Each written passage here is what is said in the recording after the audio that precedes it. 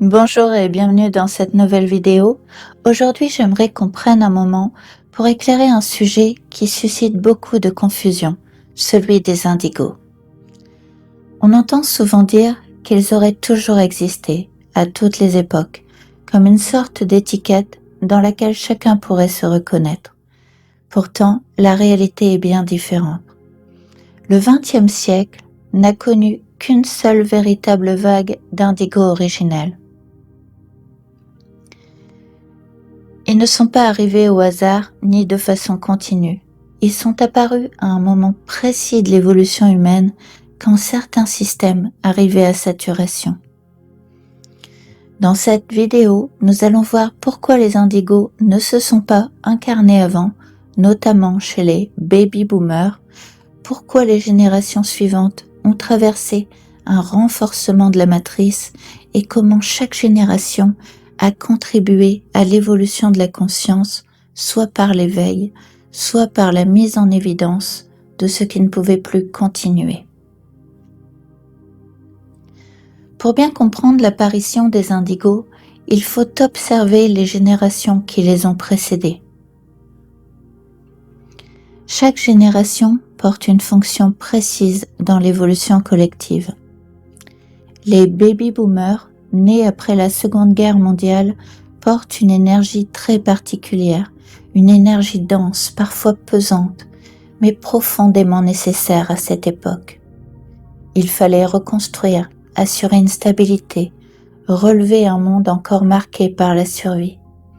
Le devoir, la discipline, la sécurité matérielle deviennent alors des piliers. On ne parle pas vraiment d'épanouissement intérieur, mais de survie, de continuité, de responsabilité. Sur le plan émotionnel, on apprend surtout à tenir, à ne pas trop ressentir. L'expression des émotions est souvent freinée, parfois même découragée. L'amour est conditionnel, lié au comportement, à la réussite, au respect des règles. La spiritualité, quand elle existe, est souvent cadrée, dogmatique, peu questionnée. Beaucoup de ces âmes ne sont pas venues éveiller les consciences. Elles sont venues consolider le système en place, renforcer les structures sociales, économiques et familiales et apporter de la stabilité dans un monde encore fragile. D'un point de vue vibratoire, on peut dire qu'elles ont érigé les fondations de la matrice moderne, pas par choix conscient, mais par nécessité. Mais lorsque cet édifice devient trop rigide et ne permet plus d'évoluer, il crée naturellement un besoin de changement. C'est ce besoin qui a ouvert la voie aux indigos. À la fin des années 60, quelque chose commence à basculer. L'autorité est contestée, les règles sont questionnées, une quête de sens plus profonde émerge, une ouverture apparaît. C'est dans ce mouvement que les indigos commencent à s'incarner, non pour condamner, mais pour fissurer ce qui ne pouvait plus évoluer. Ils révèlent les incohérences, les contradictions, les enfermements, souvent sans comprendre eux-mêmes pourquoi ils se sentent si différents. Ils naissent dans un monde déjà structuré, déjà normé, et perçoivent immédiatement que quelque chose sonne faux. Ils ne peuvent pas se conformer à ce qui ne résonne pas avec leur vérité intérieure. Ils questionnent, ils dérangent, ils mettent en lumière ce qui ne fonctionne plus. Très tôt, un décalage intérieur s'installe. Ils ne comprennent pas pourquoi on devrait obéir sans questionner. Les logiques de pouvoir leur paraissent injustes. L'injustice et l'absurde les touchent profondément, parfois presque physiquement. Cela se manifeste souvent par une hypersensibilité, un refus de l'autorité arbitraire, une solitude intérieure profonde, un besoin viscéral de vérité. Les indigos ne sont pas venus pour être compris, ils sont venus révéler ce qui ne pouvait plus tenir. Leur rôle n'était pas de construire un nouveau monde, mais de fissurer l'ancien, de dire non là où tout le monde disait oui, de ressentir là où on demandait d'obéir, et cela bien sûr à un prix. Beaucoup vivent une incompréhension familiale, un sentiment de décalage, non pas en raison d'une fragilité, mais parce qu'ils perçoivent plus loin. Puis arrivent les années 80, correspondant principalement à la génération X tardive 1980-1989. Et là, on assiste à un basculement différent. La société se recentre sur la réussite, l'image, la performance, la sécurité matérielle. On cherche à être reconnu, aimé, validé. L'estime de soi devient alors fragile, dépendante du regard extérieur. Le bien-être intérieur passe souvent au second plan. C'est une génération qui souffre, mais qui ne remet pas forcément en question le système qui l'a fait souffrir. Elle s'adapte, elle compose, elle s'ajuste. Le mot d'ordre devient s'intégrer plutôt que transformer. Et c'est pour cela que les indigos ne s'y incarnent presque pas. Ils ne peuvent pas vivre longtemps dans un monde qui privilégie le confort au détriment de la vérité intérieure. Les années 80 deviennent alors une zone tampon, ni rupture, ni éveil profond, mais une transition nécessaire. À partir des années 90, quelque chose de nouveau commence à émerger. Pas dans la rupture, ni dans la confrontation, mais dans une autre manière d'être au monde. Après les indigos, la conscience ne cherche plus à briser les structures, elle cherche à les transformer de l'intérieur. Les générations suivantes n'ont plus la même mission que les indigos. Elles arrivent dans un monde déjà fissuré, déjà questionné.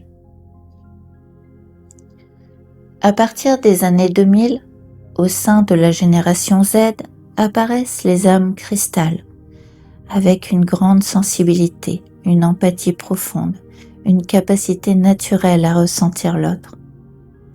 Elles ne viennent pas lutter, mais apaiser. Elles portent une conscience relationnelle plus fine, souvent fragile, mais profondément transformatrice.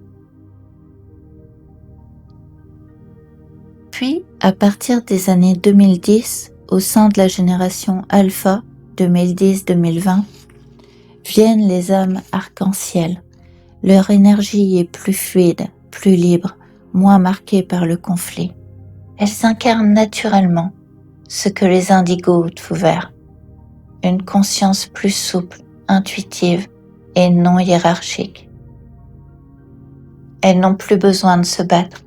Elles viennent simplement être et par leur présence, elles réharmonisent.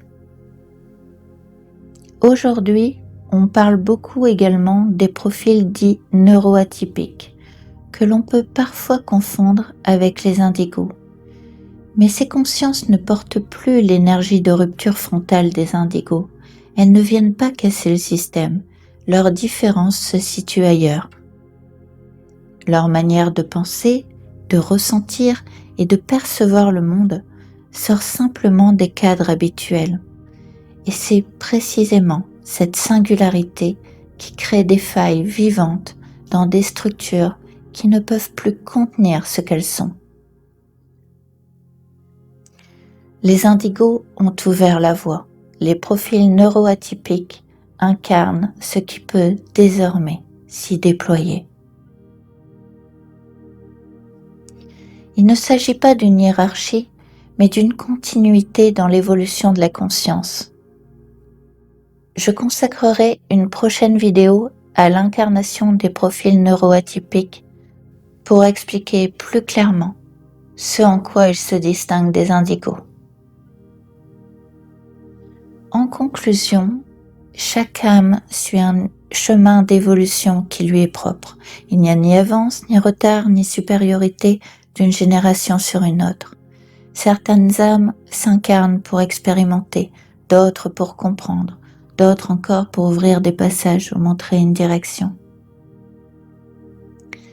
C'est pour cela que toutes les générations n'accueillent pas les mêmes types d'âmes.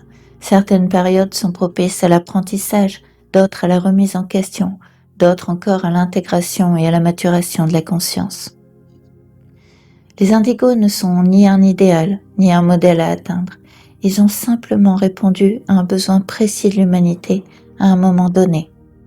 Puis d'autres consciences sont venues, non pour faire mieux, mais pour faire autrement. Si cette vidéo résonne en vous et que vous souhaitez aller plus loin, je vous invite à découvrir l'article complet où j'explore les différentes générations, des baby-boomers jusqu'à la génération alpha, et la manière dont chacune participe à l'évolution de la conscience. Le lien se trouve juste en description. Et si cette vidéo vous a touché, n'hésitez pas à laisser un commentaire, à la partager autour de vous, ou simplement à mettre un petit j'aime pour soutenir ce travail. Merci pour votre présence et à très bientôt.